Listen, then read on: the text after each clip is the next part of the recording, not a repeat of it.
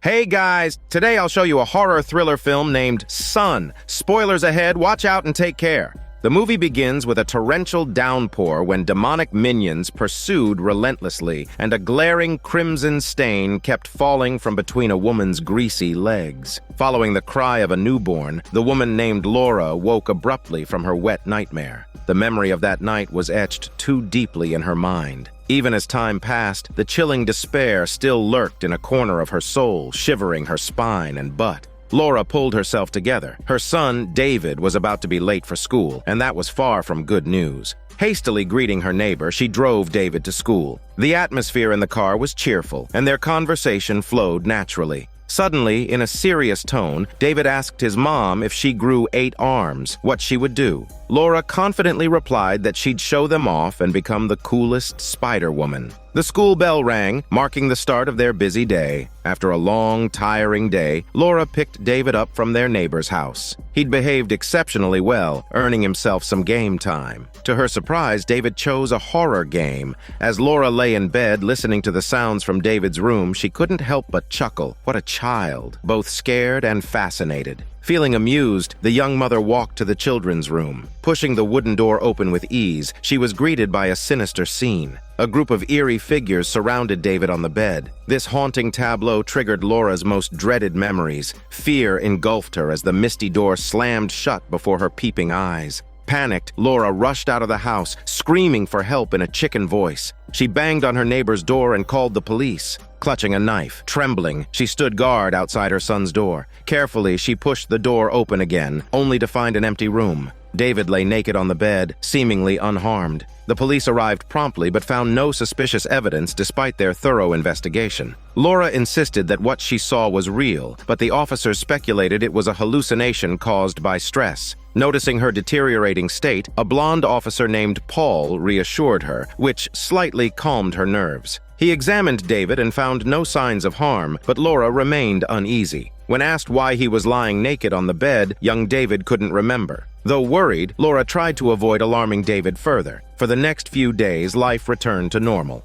Officer Paul checked in on Laura again, informing her that the investigation yielded no leads. He believed the intruders wouldn't return, but left his card for her peace of mind. One night, Laura woke in a familiar yet terrifying room, blood-red curtains and a man's demonic whispers. She escaped the nightmare, only to find a bloodied David standing eerily at the foot of her bed, his mouth wide open to catch any smelly turds. The shock jolted Laura awake. She immediately looked to her side. David was there, complaining about feeling unwell. Laura comforted him before stepping out to gather herself. As she walked past the hallway, she heard noises downstairs. Heart pounding, she cautiously descended to find a tall, grotesque shadow outlined against the frosted glass. Her worst fears were confirmed. It was them. Those demons had returned. The beam of a flashlight cut through the darkness as Officer Paul swept the yard but found nothing. Laura's face was pale, but Paul reassured her that the area was secure, with officers nearby. She tried to take solace in his words as she sat at the table clutching a glass of water.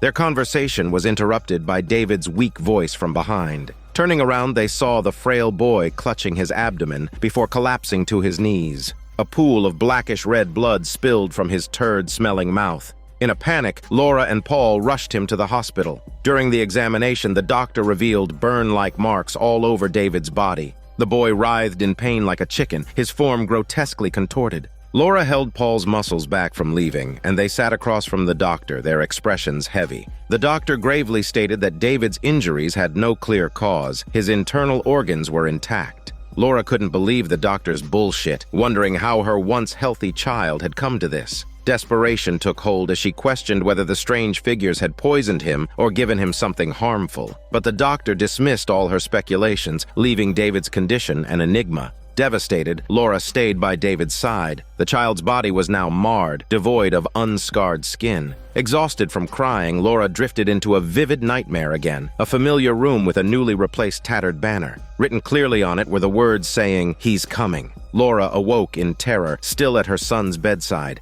but now his face and chest were smeared with fresh blood. Frantically, she called for doctors and nurses, causing chaos in the hospital once more. This time, however, the commotion was brief. David suddenly and inexplicably recovered, leaving everyone astonished. The doctors could only describe it as a miracle. Laura, David, and Officer Paul later gathered at a restaurant, the mood lighthearted for the first time in a while. Over dinner, Laura shared her plans to leave town with her son. Paul, however, thought she was overreacting and tried to dissuade her, not wanting to say goodbye to her sexy body. Ultimately, Laura decided to postpone the decision, leaving the matter unresolved. At night, after soothing David to sleep, Laura tried once more to persuade Paul to stay. Recent events had left her desperate for a sense of safety. As the two drew closer, an ear-piercing scream from David shattered the moment. Racing upstairs, they found David writhing in agony, and once again, he was rushed to the hospital. Fear and anger boiled within Laura. Since being discharged, David had refused to eat or drink, yet he seemed oddly unaffected, an unnatural phenomenon dismissed by the doctors with reassurances.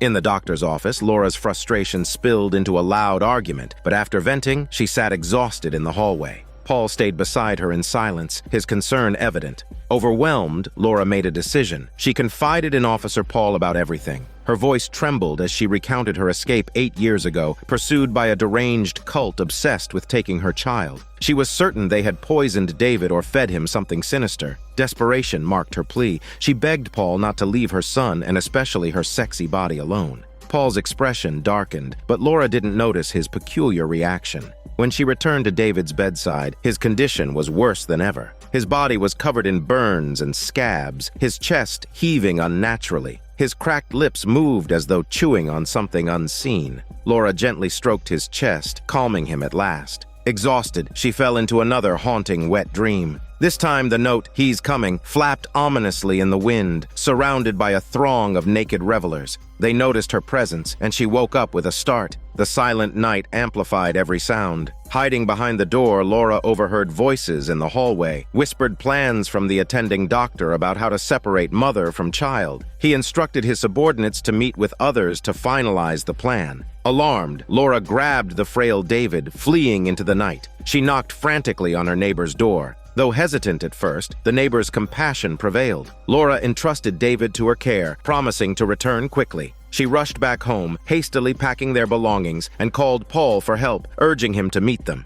Returning to her neighbor's house, Laura's repeated knocks went unanswered. Panic set in as she climbed over the backyard fence. Inside, the air was thick with the stench of blood. Soft, ominous sounds emanated from the living room. Gripping 2 knives, Laura approached cautiously. What she saw made her heart stop. David, drenched in blood, crouched over the lifeless body of their neighbor. Fighting back her horror, Laura cleaned David up. The boy, unaware of what had happened, clung to her, seeking comfort. Tears streamed down Laura's face as she surveyed the grisly scene. The neighbor's face, once familiar, now frozen in a grotesque expression of accusation. Laura hurriedly planned their escape, scrubbing the blood-stained walls. On a bloodied towel, she scrawled, "He's coming." Cradling the sleeping David, she drove away under the cover of night. Before dawn, they found refuge in a shabby motel. The next morning, investigators arrived at the crime scene. The neighbor's mutilated body lay on the floor, her abdomen torn open, organs gnawed. Detectives examined the scene, noting bite marks on the remains. One officer handed Paul a file. It detailed a girl with a striking resemblance to Laura. Paul learned she had escaped from a psychiatric hospital 8 years ago. Believing that Laura's traumatic past had caused her to dissociate and commit these acts, the authorities issued a warrant for her arrest and protection orders for David. Meanwhile, Laura, unaware, drove to a remote village. An elderly woman greeted her, clearly recognizing the girl who had once been chosen to bear the demon's child. Laura shielded David's ears, explaining she was there to see the woman's son, Jimmy. Though reluctant, the woman eventually disclosed his whereabouts. Under the cover of night, Laura knocked on Jimmy's wooden door. 8 years had passed, and their reunion was tinged with awkwardness. Laura wasted no time on pleasantries, demanding answers about the past. She wanted to know the truth about the cult, her captivity, and the gaps in her memory. Jimmy, agitated, revealed that the cult were devout followers of a demon, and that it wasn't her father who had assaulted her, it was the demon himself. Laura's disbelief turned into terror. If Jimmy's words were true, reclaiming her lost memories could mean losing her sanity again. As tensions rose, David's cries of pain broke the moment. Meanwhile, Paul and his team continued their investigation at the abandoned asylum, where they found records of Laura's severe mental state. The lead doctor described her as a patient who had retreated entirely into a fantasy world. Back at Jimmy's home, Laura fled with David, fearing discovery. They sought refuge in a rundown motel, but David's condition worsened. Stripping off his clothes revealed skin that fused painfully with his garments. David trembled, terrified of dying. Laura's soothing words calmed him briefly, but exhaustion soon overtook her. In her dreams, she returned to the familiar room where her father's image loomed. He told her the time had come, and the crowd around the bed grew dense. Waking abruptly, Laura found David convulsing violently on the bed, screaming in pain. He begged for food, something that could ease his agony, but it was clear what he meant. The food he craved was human flesh. Laura panicked, staring at her unfamiliar son. The shadows of her childhood and her son's current madness overwhelmed her with terror. The intensity of it drove Laura to hide in the bathroom, clutching her head tightly. But then, the sounds abruptly stopped. Carefully, she stepped out, only to see David lying on the bed, his skin cracked and raw. As Laura approached him hesitantly, David trembled and reached out to her, pleading repeatedly for food. Laura desperately tried to comfort him, but where could she possibly find the kind of food he needed? Unable to face her son's gaze, Laura fled the room in panic. Outside, the thug from earlier was still standing near the door. This time, he used force to demand payment. Laura sat in her car, staring blankly as he grew more aggressive, yelling at her through the window. His insults and gestures stirred an idea in her mind.